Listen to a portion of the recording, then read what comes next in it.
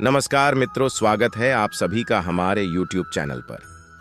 मित्रों, आज की कथा में हम आपको बताएंगे कि कैसे भगवान शिव माता पार्वती के मुंह में मछुआरे बने।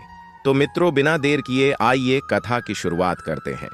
एक बार भगवान शिव कैलाश पर्वत पर वेदों का रहस्य माता पार्वती को समझाने लगे। पार्वती बड़े ध्यान से सुन रही थीं, किंतु बीच बीच में वे ऊँघने भी लगती थीं। जब बहुत प्रयत्न करने पर भी माता पार्वती अपने मन को एकाग्र न रख सकी तो शिव को क्रोध आ गया। बोले, पार्वती, ये क्या हो रहा है?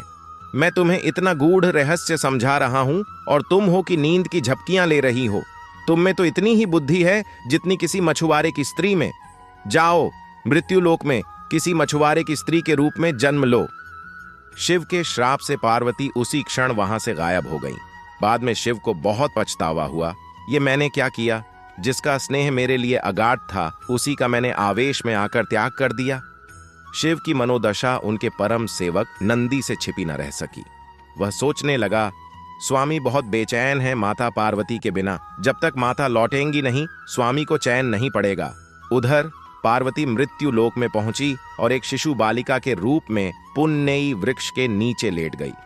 थोड़ी ही देर में पुरवर कबीले के कुछ मछुआरे अपने सरदार के साथ वहां से गुजरे तो उनकी नजर उस शिशु बालिका पर पड़ी। सरदार ने बालिका को उठाया और उसे भगवान का भेजा प्रसाद समझकर अपने घर ले आया। उसने बालिका का नाम रखा पार्वती। कुछ बड़ी हुई तो पार्वती अपने पिता के साथ मछली पकड़ने जाने लगी। बड़ी होकर उसने नाव चलाना भी सीख लिया। पार्वती अपूर्व सुंदरी थी। कबीले के कितने ही युवक उसके रूप की प्रशंसा करते नहीं थाकते थे। उनमें से कई तो पार्वती के साथ अपने विवाह के इच्छुक रहते थे, लेकिन पार्वती उनमें से किसी के साथ भी विवाह के लिए इच्छुक नहीं थी। उधर कैलाश पर्वत पर शिव को पार्वती का वियोग असहनीय हो रहा था। एक दिन उन्होंने अपने मन को व्यथा नंदी से कह ही डाली। बोले, नंदी, मैं रात दिन पार्वती के बिना बहुत बेचैन रहता हूं और उस घड़ी को कोसता रहता हूं जब मैंने गुस्से में आकर पार्वती को शाप दे दिया था। काश उस समय मैंने धैर्य से काम लिया होता। स्वामी, तब आप पृथ्वी पर जाकर उन्हें ले क्यों नहीं आते? नंदी ने हाथ जोड़कर कहा। कैसे लाऊं नंदी?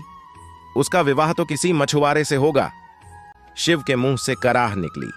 शिव के मन की व्यथा जानकर नंदी विचार करने लगा कि मुझे कोई ऐसा जतन करना चाहिए जिससे स्वामी को मछुआरा बनना पड़े।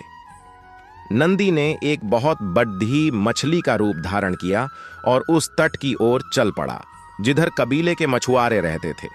वहां पहुंचकर मछली बने नंदी ने मछुआरों के बीच आतंक फैला दिया।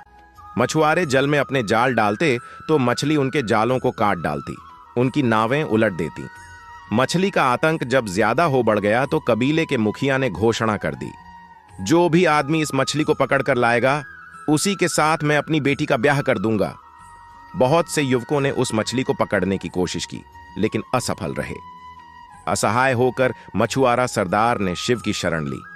हे दया के सागर, हे शंकर कैलाशपति, हमें इस मछली से छुटकारा दिलाओ। मुखिया की बेटी ने भी शिव की आराधना करते हुए कहा, हे सदाशिव, हे प्रलयंकर, हमारी सहायता करो। अब तो हमें तेरा ही आसरा है प्रभु। शिव ने उसकी पुकार सुनी। एक मछुआरे का भेष बनाकर वे मुखिया के पास पहुंचे। उन्होंने मुखिया से कहा, मैं उस मछली को पकड़ने के लिए यहां आया हूं। नौजवान, मुखिया ने कहा, तुमने उसे पकड़ लिया तो हमारी जाति सदैव तुम्हारे गुण गाएगी। अगले दिन शिव एक बहुत बड़ा जाल लेकर सागर के जल में उतर पड़े।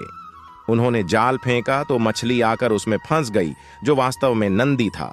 मछली बना नंदी सोचने लगा, मेरा काम हो गया, अब स्वामी और माता पार्वती का मिलन हो जाएगा। शिव मछली को किनारे लाए। मछुआरे उनकी जय जयकार करने लगे। सरदार बोला, तुमने हमें उबार लिया युवक, हम किस तरह तुम्हारा आभार व्यक्त करें। फिर वचन के अनुसार मछुआरा सरदार ने बड़ी धूमधाम से अपनी पुत्री का विवाह युवक के साथ कर दिया। मछुआरे शिव और मछुआरिन पार्वती के विवाहोपरांत नंदी अपने असली रूप में प्रकट हो गए और उन्हें अपनी पीठ पर बैठाकर कैलाश पर्वत पर ले आया।